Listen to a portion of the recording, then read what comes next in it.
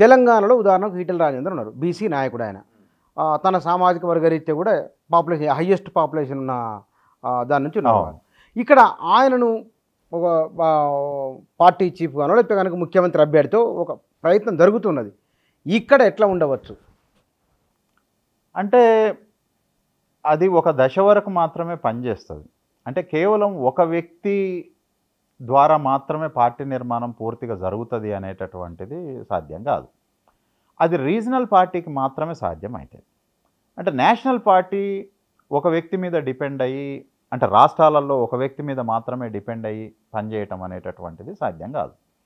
అంటే ఇక్కడ బీసీలని ఆర్గనైజ్ చేస్తుంది, ఎస్టీలని ఆర్గనైజ్ చేస్తున్నది, డామినెంట్ రెడ్డి కాస్ట్ని ఆర్గనైజ్ చేస్తున్నది, ఇంకోవైపు మున్నూరు కాపుల్ని కూడా ఆర్గనైజ్ చేస్తుంది, మరొక వైపు దళితుల్ని కూడా ఆర్గనైజ్ చేసేటటువంటి ఒక సిస్టమ్ని అది ఎస్టాబ్లిష్ చేసుకుంది. నేను పేరు చెప్పను కానీ మీకు ఒక ఎగ్జాంపుల్ జరిగిన చెప్తాను.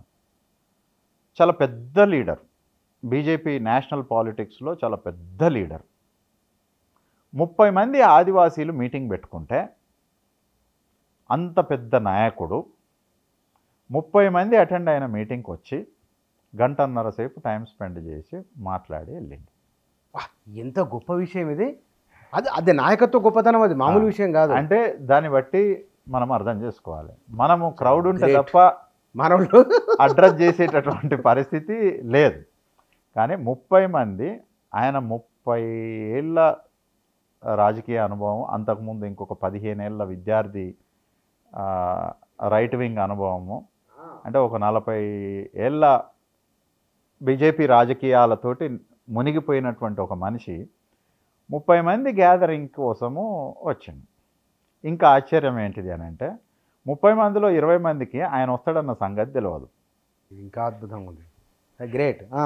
అలా 10 మందిలో ఒక 3 2 ఎవరో అటెండ్ అయ్యేటట్టుగా ఆర్గనైజ్ చేసేసారు. వచ్చిన తర్వాత 1.5 గంటల సేపు ఆడ కూర్చుంటే నేను అది విన్న రోజు ఫస్ట్ షాక్ అయినాను. ఏంది అంత పెద్ద పొజిషన్లో ఉన్న ఒక మనిషి అంత టైము స్పెండ్ ఎందుకు చేసిండు అని అంటే they have a vision. Already వాళ్ళు ఒక దగ్గరికి ఎక్స్పాండ్ అయ్యారు. అంటే లాస్ట్ జనరల్ ఎలక్షన్ లోపల ఆదిలాబాద్లో బీజేపీ గెలిచినప్పుడు నా మిత్రుడు ఒక ఆయన ఒక వ్యాసం రాసిండు. ఆ రాసిన వ్యాసం లోపల ఏం చెప్పిండనంటే ఇది బీజేపీ గెలుపు కాదు, అభ్యర్థి గెలుపు. ఎందుకు అనంటే ఆయన కాంగ్రెస్ నుంచి గతంలో కంటెస్ట్ చేసినప్పుడు సెకండ్ వచ్చిండు. ఇప్పుడు ఆయనకు అప్పుడు కాంగ్రెస్ పార్టీ సహకరించలేదు కాబట్టి సెకండ్ వచ్చిండు. ఇప్పుడు ఆయనకు ఉన్నటువంటి శక్తిని మొత్తం కూడా వాడుకొని ఆయన గెలిచిండు అని చెప్పి నా మిత్రుడు ఒక ఆయన రాసిండు. Even I was also convinced with that argument. అనిపిస్తుంది, నిజం అనిపిస్తుంది, రైట్. మరి అదే క్యాండిడేట్ ఇవాళ మళ్ళీ పోటీ చేసిండు మొన్న. ఆయన అంటే ఆయన సపోర్ట్ తోటి వేరే వాళ్ళు పోటీ చేశారు, అది ఓడిపోయారు. ఇప్పుడు క్యాండిడేట్ని చేంజ్ చేసింది బీజేపీ ఆదిలాబాద్లో, అయినా సరే గెలిచింది, బంపర్ మెజారిటీతోటి గెలిచింది. అయితే మనం అర్థం చేసుకోవాల్సినటువంటి విషయం ఏంటిది అని అంటే బీజేపీ గ్రౌండ్ లెవెల్లో పనిచేసేటటువంటి వర్క్ చాలా మిషనరీ వర్క్ ఉంటుంది. మిగతా పార్టీలకు మిషనరీ వర్క్ లేదు. అంటే టెంపరీగా అప్పుడు ఎలక్షన్ వచ్చినప్పుడు పనిచేసేటటువంటి పద్ధతి ఉంటుంది. 2014 జనరల్ ఎలక్షన్స్లో మోడీని ప్రైమ్ మినిస్టర్ క్యాండిడేట్గా ప్రపోజల్ చేసినప్పుడు నేను ఒక వ్యాసం రాశాను, if Modi will become prime minister what will happen అని. అది ఆ రోజు ఒక 2-3 న్యూస్ పేపర్లలో పబ్లిష్ అయింది.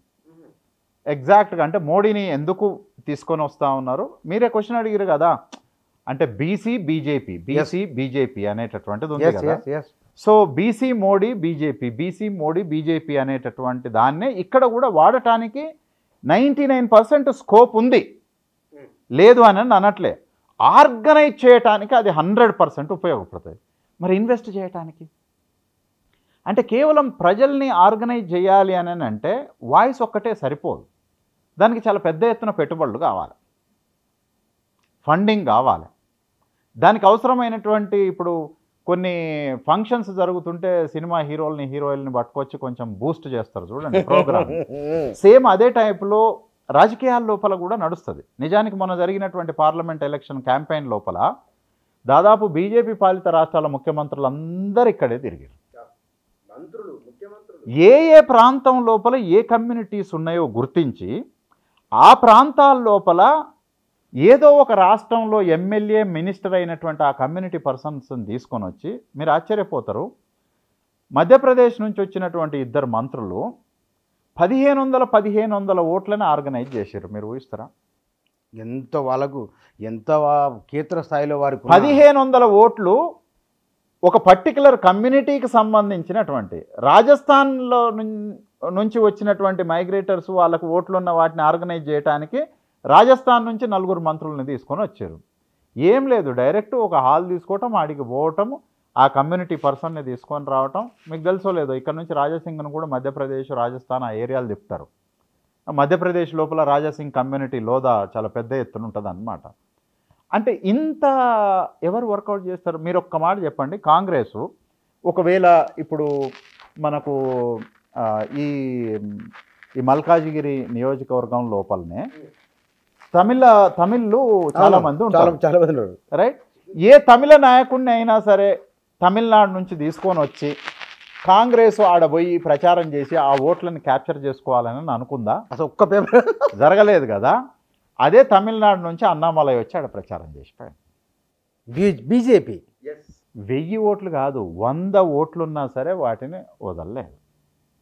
ప్రతి దగ్గరికి పోయారు. అంటే నేను ఇక్కడ చెప్పదలుచుకున్నటువంటి అంశం ఏంటిది అని అంటే, కేవలం ఐడియాలజికల్ అంశాల మీద మాత్రమే డిపెండ్ అయ్యి ఓటును ఆర్గనైజ్ చేయటం అనేటటువంటిది చాలా తెలివి తక్కువ పని.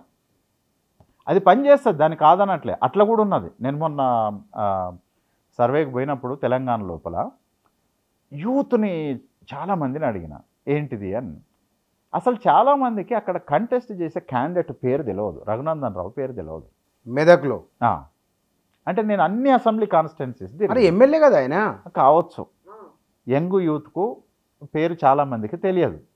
కానీ వాళ్ళు ఒకటే అన్నారు, మోడీ మళ్ళొస్తే ఇంకా చేయాల్సిన పనులు చాలా ఉన్నాయి కాబట్టి మేము బీజేపీకి ఓటేస్తాం. క్యాండిడేట్ కాదు మోడీ అక్కడ, అంటే బీసీ ప్రధానమంత్రి. సో బీసీ ప్రధానమంత్రి నడిచిన దగ్గర బీసీ జరిగింది. ఇంకా అంటే టెంపుల్ నడిచిన దగ్గర టెంపుల్ నడిచింది. నేను అన్నట్టు ఏంటిది అని అంటే, ఏ పాకెట్లలో ఎవరెవరిని తిప్పాలి అనేటటువంటిది చాలా, అంటే ఎలక్షన్ క్యాంపెయిన్కు సంబంధించినటువంటి బ్లూ ప్రింట్ అనేటటువంటిది వెల్ స్ట్రక్చర్డ్. మీరు ఊహించలేరు. ఆ ఉత్తరప్రదేశ్ చీఫ్ మినిస్టర్ని కూడా తెలంగాణలో కొన్ని ప్రాంతాల్లో ముఖ్యంగా మన అది ఈడ కాంగ్రెస్ గెలిచింది ఆ నియోజకవర్గం ఏంటిది, అది మెదక్ పక్కన కాంగ్రెస్ గెలిచిన ఎంపీ కాన్స్టిట్యున్సీ జహీరాబాద్ లోపల ఆయనని చాలా చోట్లలో తిప్పారు. చిన్న చిన్న నియోజకవర్గాలలో తిరిగారు. ఆ క్యాంపెయిన్ ఏది చెప్పండి? ఒక రాహులో లేకపోతే రేవంత్ రెడ్డి తప్పిస్తే కాంగ్రెస్ మొత్తం నెట్వర్కు, లేకపోతే టీఆర్ఎస్ నెట్వర్కు, అంటే టీఆర్ఎస్ అంటే సరే regional party, so that is different. కానీ బీజేపీ బీసీలను ఆర్గనైజ్ చేస్తుంది, పెట్టుబడులు రెడ్ల నుంచి పెట్టిస్తూ ఉంది, మిగతా వర్గాల లోపలికి ఐడియాలజీని పంపు చేస్తుంది. కొంతమందికి ఏమో రిప్రజెంటేషన్ ఇస్తుంది, కొంతమందికి మీరు షేర్లు పెట్టండి, రేపు మనం పవర్లోకి వస్తున్నాం, ఈ కంపెనీ పెడుతున్నాం, ఈ కంపెనీ రేపు పెద్ద ఎత్తున ఇదవుతుంది. సపోజ్ ఏదో ఒక కంపెనీ షేర్ వాల్యూ ఇవాళ ఒక 5,000 ఉంటే మళ్ళీ వచ్చే 20 ఏళ్ళల్లో దాని వాల్యూ 50,000 ఉంటుంది. అంటే నేను పేర్లు చెప్పను కానీ అట్లాంటి నేను కూడా గమనిస్తూ ఉంటాను. ఒకనాడు 5,000 ఉన్న ఒక కంపెనీ, టైర్ల కంపెనీ షేర్ వాల్యూ ఇవాళ 44,000 50,000 ఉన్నది. ఇది కూడా ఏంటిది అని అంటే, చాలా దూరదృష్టి ఉండేటటువంటి కొన్ని కులాలు ఉంటాయి. అవి రాజకీయాలని కూడా పెట్టుబడిగా చూస్తాయి. They invest some money. వాళ్ళకు బిజినెస్లు ఉంటాయి, వాళ్ళకు వ్యాపారాలు ఉంటాయి, వాళ్ళకు కొన్ని అంచనాలు ఉంటాయి, వాళ్ళకు కాంట్రాక్ట్లు ఉంటాయి, మొత్తం సిస్టమ్ని మేనేజ్ చేయాలని అనుకుంటారు. కాబట్టి వాళ్ళు చేసే వ్యాపార పెట్టుబడులతో పాటు రాజకీయాల్లో పెట్టుబడి అనేటటువంటిది కూడా వాళ్ళకు ఆ దూరదృష్టి ఉంటుంది. వీటిని అన్నింటినీ ఆర్గనైజ్ చేయగలుగుతాం. ఫిల్మ్ ఇండస్ట్రీని ఆర్గనైజ్ చేస్తూ ఉంది, రైటర్స్ని ఆర్గనైజ్ చేస్తూ ఉంది. మీరు అన్నట్టే చూడండి, మొన్న పద్మవిభూషణ్, పద్మశ్రీ ఇట్లాంటివి ఇచ్చారు.